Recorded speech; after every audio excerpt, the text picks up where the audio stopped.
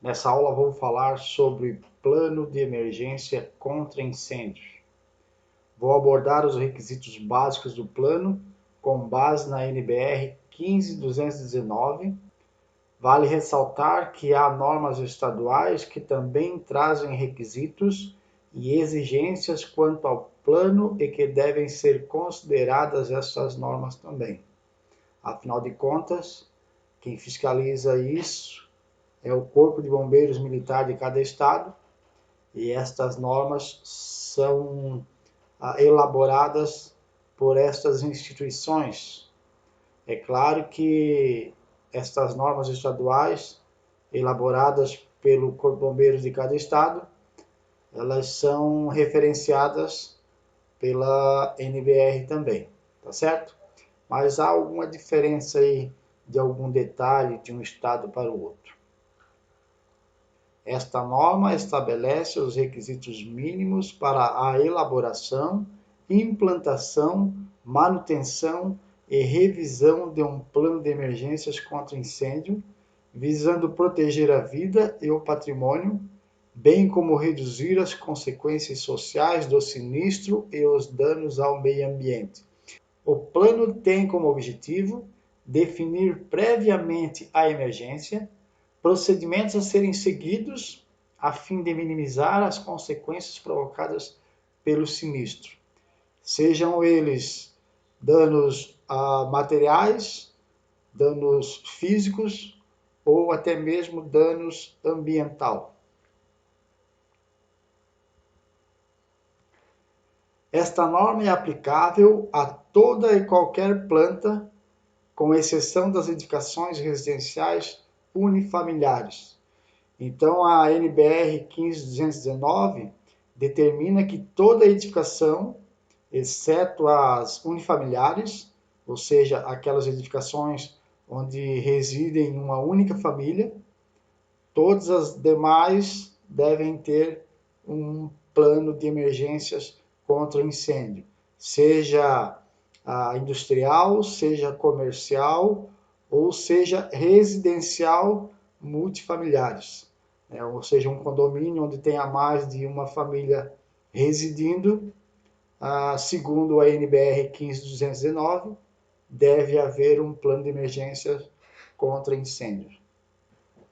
O plano de emergências contra incêndio deve ser elaborado por escrito por um profissional habilitado, levando-se em conta os seguintes aspectos. Localização. Por exemplo, onde está localizada essa edificação? Em área urbana? Em área rural? Quais as características da vizinhança, né? Que tipo de vizinhança tem em seu entorno? Ou seja, é um local industrial ou ela está localizada em uma área residencial? Distância de outras edificações? Riscos, quais os riscos existentes na edificação, a distância da unidade do Corpo de Bombeiros, a que distância essa edificação está do Corpo de Bombeiros, e a existência de um plano de auxílio mútuo. Então, essas informações, esses aspectos, eles devem ser levados em conta na hora de elaborar um plano de emergência contra incêndio. Também deve ser levado em conta o tipo de construção.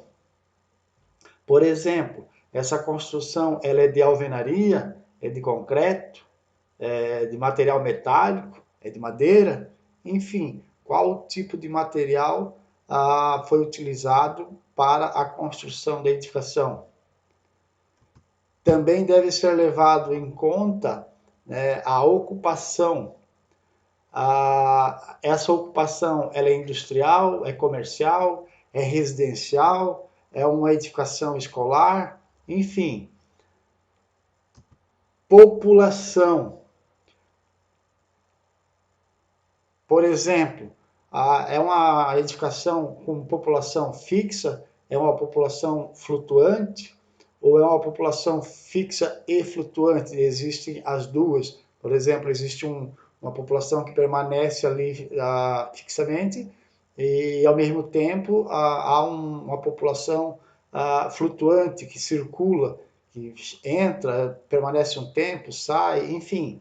As características dessa população, qual é a cultura dessa população. Então, esses são aspectos que devem ser levados em consideração na hora de ser elaborado o plano de emergência. Características de funcionamento. Quais os horários de funcionamento? Existem turnos? Trabalha somente durante o dia? É de dia e é à noite? Qual é o horário de maior movimentação dentro da edificação? Tem pessoas que são portadoras de deficiência dentro da edificação? Qual o tipo de deficiência que essas pessoas têm? Qual o tipo de ajuda, de auxílio que essas pessoas necessitam diante de uma eventual emergência que possa ocorrer dentro da edificação? E outros riscos específicos, né, e que sejam inerentes à edificação, inerentes à atividade. Por exemplo, uma edificação industrial que desenvolve uma atividade onde tenha armazenamento de material inflamável, de líquido inflamável, de líquido combustível, ou faça armazenamento de foguetes ou material bélico, enfim, quais os riscos? Existem riscos específicos e que são inerentes à atividade? E recursos humanos? Quais os recursos humanos disponíveis na edificação? Por exemplo, tem brigada de incêndios? Tem bombeiros profissionais civis? Sistemas preventivos? Quais sistemas preventivos que existem?